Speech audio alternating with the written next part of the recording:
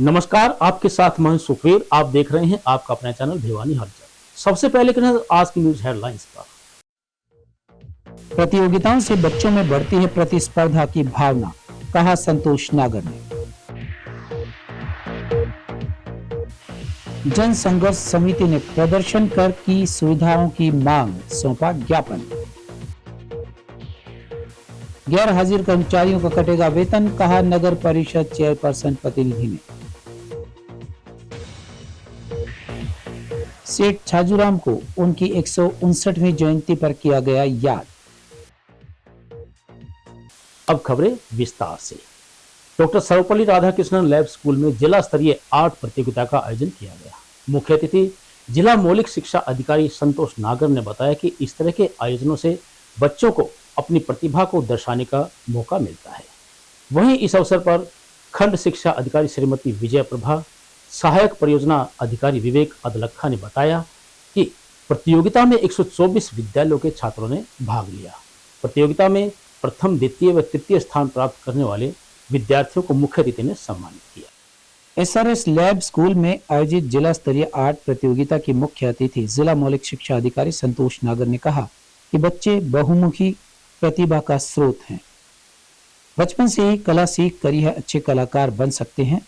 विशिष्ट अतिथि के रूप में खंड शिक्षा अधिकारी सुरेंद्र सिंह व विजय प्रभा, जिला सहायक परियोजना अधिकारी विवेक अदलखा और करमवीर और एफएलएन कोऑर्डिनेटर ललित मेहतानी पहुंचे।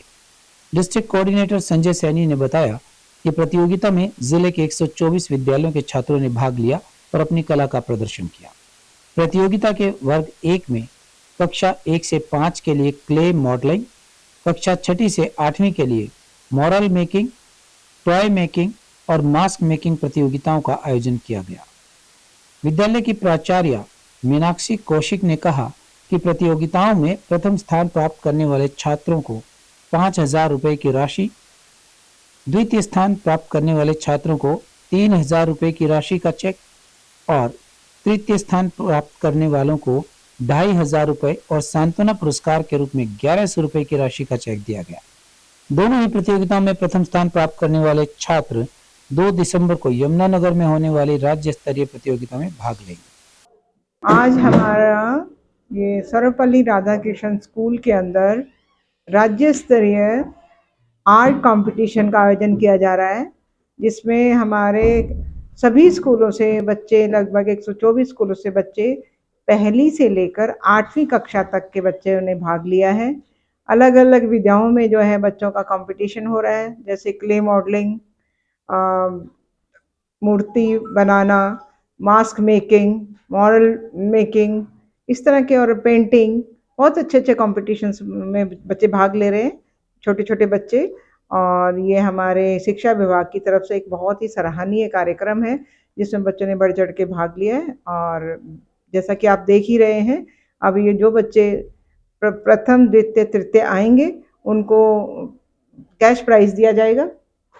और उसके बाद जो है ये नेशनल, राज्य स्तर के लिए जाएंगे, यमुनानगर जाएंगे।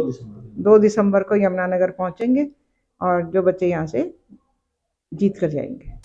जन संघर्ष समिति के बैनर तले विभिन्न सामाजिक संगठनों के द्वारा सिविल अस्पताल में स्वास्थ्य सुविधा को दुरुस्त करने की मांग को लेकर प्रशासन के खिलाफ प्रदर्शन किया गया।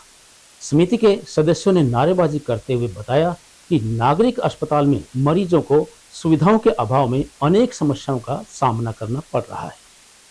ओम प्रकाश कामरेड, देवराज मेहता व कमल प्रधान ने डिप्टी सीएमओ को समस्याओं से संबंधित एक मांग पत्र सौंपा। वहीं डिप्टी सीएमओ डॉक्टर सुनील ने मरीजों के लिए सभी सुविधाएं उपलब्ध करवाने का आश्वासन दिया।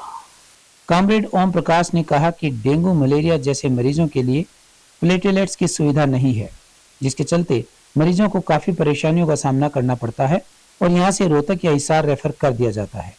ऐसे में आम जन की परेशानी को देखते हुए चौधरी बंसीलाल नागरिक अस्पताल में स्किन, ईएनटी चिकित्सक और चिकित्सा उपकरण मुहैया करवाए जाएं, ताकि मरीजों को दूसरे जिलों में जाने पर मजबूर न होना पड़े। वहीं इस अवसर पर उप सिविल सर्जन को ज्ञापन सौंपा गया। उप सिविल सर्जन डॉक्टर सुनील ने बताया कि सामाजिक संगठनों द्वारा स्वास्थ्य सुविधाओं को लेकर ज्ञापन पत्र सौंपा गया है। यह ज्ञापन पत्र स्वास्थ्य मंत्री के समक्ष रखा जाएगा और उनकी जो भी मांगे हैं उन्हें जल्द से जल्द पूरा किया जाएगा। हमने आज तमाम संगठनों ने जनसंघर्ष समिति के तहत ये सिविल हॉस्पिटल में की जो दुर्दशा है उसके बारे में ज्ञापन दिया है कि यहाँ डेंगू के जो पेशेंट हैं, लीवर के हैं, कैंसर के हैं, उनको प्लेटलेट चढ़ती हैं तो यहाँ कोई मशीन नहीं है, उनको रेफ़र करना पड़ता है हिसार या रोहतक, और ख़र्चा भी ज़्यादा लगता है, परेशानी भी बहुत होती है मरीज़ को और उसके अभिभावकों को। इसलिए हमने मांग करी है कि यहाँ single donor platelets separate machine लाई जाए ताकि यहाँ मरीजों को दिक्कत ना हो। दूसरा, यहाँ ENT के डॉक्टर नहीं हैं, स्किन के नहीं हैं, फिजिशियन पर्याप्त संख्या में नहीं है। यहाँ 15 से 2000 तक मरीज डेली आते हैं और वो निराश होकर बाहर चले जाते हैं और प्राइवेट अस्पतालों में उनको जाने पर मजबूर होना पड़ता है, पैसा भी लगता है, समय भी बर्बाद होता है। और तीसरा, यहाँ दवाइयाँ मौसम के अनुसार, जैसे अब बुखार चल रहा है, सर्दी लग जाती है, निमोनिया हो गया, खांसी होगी, तो वो दवाइयाँ भी यहाँ उपलब्ध नहीं है। यहाँ लिफ्ट भी ख़राब पड़ी है हॉस्पिटल में। तो ये हमने स्वास्थ्य मंत्री को लेटर लिखा है कि ये सुविधाएं अस्पताल को तुरंत दी जाएं। और deputy CMO doctor Sunil Kumar आए हैं, उन्होंने आश्वासन दिया कि मंत्री के लेवल पर, हमारे लेवल पर पूरी कोशिश करेंगे कि ये सुविधाएं लागू हों। और ख़ास तौर से महेंद्रगढ़ भिवानी में सबसे बड़ा हॉस्पिटल है ये। यहाँ लगभग 2000 के लगभग OPD रहती है डेली की, बहुत रश होता है, लेकिन सुविधा के नाम पे यहाँ जीरो ही समझो कि कोई किसी चीज़ की सुविधा नहीं है। अगर कुछ मशीनें हैं तो टेक्नीशियन नहीं है, डॉक्टर नहीं है। अगर डॉक्टर और टेक्नीशियन पूरे मिल जाएं इनको तो काफ़ी मशीनें हैं भी। आज हम विशेष तौर से single donor platelet separate machine के लिए आए थे, जिसके लिए बहुत दिक्कत आती है। डेंगू में प्लेटलेट की ज़रूरत होती है और यहाँ अवेलेबल नहीं होता, तो यहाँ से मजबूर होके डॉक्टर को रोहतक, हिसार रेफ़र करना पड़ता है। पेशेंट परेशान होता है, खुद भी परेशान होता है और पैसे का भी बहुत नुकसान होता है। डिप्टी CMO साहब ने कहा है कि हम भेजेंगे हेल्थ मिनिस्टर को, लेकिन मैं एक बात और कहना चाहता हूँ कि ये पूरे एशिया का सबसे बड़ा हॉस्पिटल है और इस हॉस्पिटल में इतनी बढ़िया स्ट्रक्चर होते हुए भी मशीन नहीं आ रही। बस ख़ास तौर पर जैसे कैंसर का कोई पेशेंट है, TB का जो बड़ा टेस्ट है वो भी बाहर कराना पड़ता है। और दूसरी बात, जो जितने ऑपरेशन होते हैं, जितने भी ऑपरेशन में राड है, दूसरी चीज़ें हैं, वो यहीं से डलनी चाहिए। क्योंकि मरीज़ के आयुष्मान के नाम से अगर बाहर हम जाते हैं कोई हॉस्पिटल में, कोई मरीज़ दिखाना था तो उसके भारी भरकम पैसे होते हैं, या उनका क्राइटेरिया जो बना रखा है आयुष्मान का, सरकार ने एक बोलना आयुष्मान का एक झूठा धुंधना पकड़ा दिया। लेकिन जब इलाज होता है तब पता लगता है कि आयुष्मान में ये चीज़ कवर नहीं होती। यहाँ इस हॉस्पिटल में इतना बड़ा स्ट्रक्चर है, साथ में मेडिकल कॉलेज बन गया है, तो हमारी हेल्थ मिनिस्टर से, हरियाणा सरकार से और ये मांग है कि आप तुरंत प्रभाव से जितनी भी सुविधा होती है, जैसे दवाई की है और दूसरी है जो लिफ्ट की है, और ये जो सिंगल डोर जो ये प्लेटलेट की मशीन है, और एक MRI का जो दे रखी है, ये MRI बाहर की एक कंपनी लगा रखी है। इस पे हॉस्पिटल का अधिकार होना चाहिए कि जो खराब होती है मशीन तो तुरंत सूचित किया जाए कि आज मशीन खराब है। नगर परिषद चेयरपर्सन प्रतिनिधि भवानी प्रताप सिंह ने शहर की सफाई व्यवस्था का औचक निरीक्षण किया। गैर हाजिर पाए गए 2 सफाई कर्मचारी के वेतन काटने के उन्होंने मौके पर ही निर्देश दिए। वार्ड नंबर 25-26 में उन्होंने संबंधित अधिकारियों को साफ सफाई करने के दिशा निर्देश भी दिए। नगर परिषद चेयरपर्सन प्रतिनिधि भवानी प्रताप सिंह अधिकारी विकास देसवाल को साथ लेकर शहर की सफाई व्यवस्था को देखने के लिए निकले और वार्ड नंबर 25 व 26 का निरीक्षण किया। वहां पर 2 कर्मचारी गैर हाजिर मिले, जिनकी हाजिरी रजिस्टर में गैर हाजिरी लगा दी गई, साथ ही वेतन काटने के भी आदेश दिए गए। नगर परिषद चेयरपर्सन के निरीक्षण की सूचना के बाद कर्मचारियों में हड़कंप मच गया। जो कर्मचारी मिले उनको सफाई व्यवस्था मुकम्मल करने के आदेश दिए गए। नगर परिषद चेयरपर्सन ने चेतावनी दी कि अगर किसी भी कर्मचारी ने सफाई के मामले में कोताही बरती तो उनके खिलाफ कड़ी कार्रवाई की जाएगी। भवानी प्रताप ने शहर के अन्य वार्डों का भी निरीक्षण किया, उनमें सफाई सही मिली तो वहां तैनात कर्मचारियों की पीठ थपथपाई गई। भविष्य में भी इसी तरह के कार्य करने की बात कही गई। साथ ही कर्मचारियों से कहा कि वे लोगों को डस्टबिन में कचरा डालने के लिए प्रेरित करें ताकि शहर को साफ सुथरा रखा जा सके। हमने 2 वार्डों का आज औचक निरीक्षण किया, जिसमें हमारे सफाई निरीक्षक विकास देसवाल जी और पार्षद साथी हमारे विनोद जी हैं और साथ में रहे। और हमें सभी कर्मचारियों का, जो वहाँ संबंधित वार्ड के दरोगा हैं, उनकी जिस बीट पे जो कर्मचारी सफाई के लिए हमने नियुक्त कर रखा है, उसका औचक निरीक्षण के दौरान हाजिरी चेक की, वहाँ सफाई अच्छे से व्यवस्था कर रहे हैं नहीं कर रहे हैं, इस प्रकार की सारी चीज़ें हमने चेक की। वहाँ पर लोगों से भी हमने, वहाँ के स्थानीय निवासियों से भी इस विषय में चर्चा की क्या सफाई अच्छी तरह से हो रही नहीं हो रही है। 1-2 कर्मचारी हमारे जो अच्छा जिन्होंने काम हमने अच्छा कार्य जनता ने उनकी बड़ाई की है, कार्य अच्छा देखा, हमने उनको पीठ पे थपथपाने का काम किया है और सफाई का हमें संतोषजनक मिला और कहीं कमी मिली है तो संबंधित कर्मचारियों को निर्देश भी दिए हैं। और इस प्रकार के औचक निरीक्षण समय समय पर हम सब मिलकर के करते रहते हैं और निश्चित रूप से भिवानी को स्वच्छ और सुंदर बनाने का जो हमारा संकल्प है, संकल्प की सिद्धि की तरफ आगे बढ़ रहे हैं। और हम आपने पहले भी ये चीज़ें आपने देखी भी होंगी। पहले नगर परिषद का जो दायरा था शहर का हमारा, उसके अंदर कचरे के जो ढेर थे और इस प्रकार से शहर के अंदर जगह जगह कहते थे शहर में कचरा नहीं, कचरे के अंदर शहर है। उन चीज़ों पर हमने 2 साल के अंदर कड़ी मेहनत करके हमारे सभी पार्षद साथियों ने, सभी हमारे कर्मचारियों ने मिलकर के बहुत कुछ मेहनत करके जनता का सहयोग लेकर के इन चीज़ों पर सुधारने का काम किया है। आप देखेंगे बड़े बड़े जो गार्बेज के कचरे के पॉइंट होते थे सर्कुलर रोड पे, शहर के अंदर, बीच बाजारों के अंदर, हमने उन पॉइंटों को बंद करने का काम किया। प्रधान नगर परिषद और विनोद पार्षद जी हमने मिलकर शहर का निरीक्षण किया, जिस दौरान हमने सफाई कर्मचारियों की भी चेकिंग की और आमजन की भी समस्याएं सुनी गई कि भाई सफाई ठीक हो रही है या नहीं। तो जहाँ कमियां पाई गई वहाँ दरोगा को तुरंत प्रभाव से आदेश दिए गए कि भाई जो कमियां हैं उनको दुरुस्त किया जाए और जो कर्मचारी मौके पर नहीं पाए गए उनके खिलाफ विभागीय कार्रवाई। ये एक निरंतर रूटीन है, हम प्रतिदिन लगभग चेकिंग करते रहते हैं। और आज चेयरमैन साहब ने कहा भाई आज साथ मेरे को लेके चलो, शहर का औचक निरीक्षण करेंगे।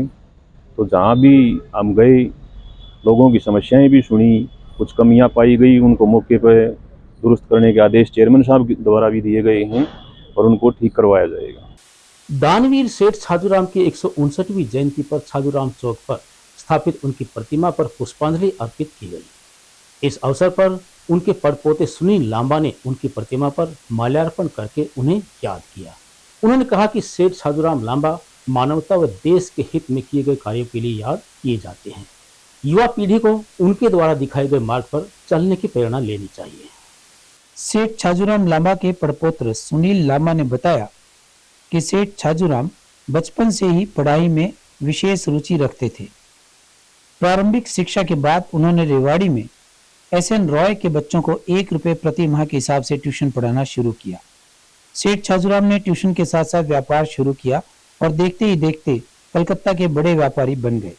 जब भगत सिंह ने अंग्रेजी अधिकारी सैंडर्स की गोली मारकर हत्या की तो छाजूराम ने भगत सिंह को कलकत्ता में अपने मकान पर 2.5 महीने तक शरण दी। वहीं छाजूराम ने सुभाष चंद्र बोस को जर्मनी जाते समय आर्थिक मदद की। यही नहीं, उन्होंने किसान मसीहा छोटूराम की पढ़ाई का पूरा खर्च उठाया। सुनील लांबा ने बताया कि सेठ छाजूराम शिक्षा के महत्व को समझते थे। उन्होंने शिक्षा के प्रसार के लिए अथक प्रयास किए और अपनी नेक कमाई के 88 लाख रुपए दान देकर शिक्षण संस्थान, अस्पताल, प्याऊ और धर्मशालाएं बनवाई थी। आज आदरणीय सेठ छाजूराम की 159वीं जयंती है और आज इसको बड़े धूमधाम से मनाया जा रहा है हर जगह। चाहे जितनी उन्होंने शिक्षण संस्थाएं शुरू करी, आज जैसे उनका अपना पैतृक हमारा गांव है लखपुरा, वहाँ पर उनके नाम से खेलों का आयोजन किया गया, हवन करवाया गया। इसी तरह से हिसार जाट कॉलेज में ब्लड डोनेशन कैंप लगाए गए। आज जैसे आपके यहाँ एजुकेशन बोर्ड में भी हमारे लिए एक ऐसी जगह ये स्टैचू लगा हुआ है आदरणीय सेठ छाजूराम जी का, जो शिक्षा के क्षेत्र को बढ़ावा देता है। उनका जो सबसे मेन उद्देश्य था उस समय में भी 1820 से लेकर और 1843 तक उन्होंने हरियाणा ही नहीं हिंदुस्तान प्रदेश में जितनी शिक्षण संस्थाएं शुरू करी, उस समय में पढ़ाई लिखाई एजुकेशन को अगर किसी ने महत्व दिया, इसको समझा, तो वो आदरणीय सेठ छाजूराम जी थे। हमारा जो यहाँ पर हॉस्पिटल की बात है, जो चिकित्सा के लिए सबसे जरूरी चीज़ होती है आम आदमी के लिए, आज जो घंटा घर पे हॉस्पिटल बना हुआ है, जो एक बड़ा उस समय में उन्होंने पौधा लगाया था, एक वट वृक्ष बना हुआ है। पहले पूरा वहाँ हॉस्पिटल बना और फिर उसके बाद आज मेडिकल कॉलेज बनने जा रहा है। अगर ये नींव रखी हुई है किसी की, वहाँ उस समय में 1823 में हॉस्पिटल शुरू किया गया था उन्होंने हमारी बेटियों के लिए, महिलाओं के लिए, और फ्री ऑफ कॉस्ट। और उस समय में एक डॉक्टर हुआ करती थी डॉक्टर सपरा के नाम से, तो उस समय में ये एक मशहूर हुआ करता, ये डॉक्टर सपरा हॉस्पिटल है। आज वहाँ कितना बड़ा हॉस्पिटल बन रहा है, ये उनकी देन है। और अब चलते चलते हरियाणा की राजनीति में इन दिनों ईवीएम मशीन के साथ प्रदेश सरकार द्वारा हेलीकॉप्टर खरीदना भी चर्चा का विषय बना हुआ है। पूर्व मुख्यमंत्री भूपेंद्र सिंह हुड्डा ने पहले ही प्रदेश पर बढ़ रहे कर्ज को लेकर सरकार पर निशाना साधा था। उन्होंने कहा था कि प्रदेश पर 4.5 लाख करोड़ रुपए का कर्ज हो चुका है, लेकिन अब मुख्यमंत्री नायब सिंह सैनी जिस हेलीकॉप्टर में उड़ेंगे उसकी मंजूरी पूर्व की मनोहर लाल खट्टर सरकार में दी गई थी। यह हेलीकॉप्टर जर्मनी से हरियाणा आया है। मनोहर लाल खट्टर की अगुवाई वाली सरकार ने इसकी खरीद के लिए 2 साल पहले हाई लेवल परचेज कमेटी ने मंजूरी दी थी। हालांकि पहले वित्त विभाग ने इस पर रोक लगा दी थी। इसके बाद खरीद का मामला लटक गया था। इसके बाद नए सिरे से बातचीत के बाद हाई लेवल परचेज कमेटी ने खरीद की मंजूरी दी। अब चर्चित हेलीकॉप्टर आ गया। मुख्यमंत्री नायब सिंह सैनी ने हेलीकॉप्टर में बैठने से पहले मंत्रियों की मौजूदगी में पूजा अर्चना भी की। उन्होंने इस हेलीकॉप्टर से हिसार के लिए पहली उड़ान भरी।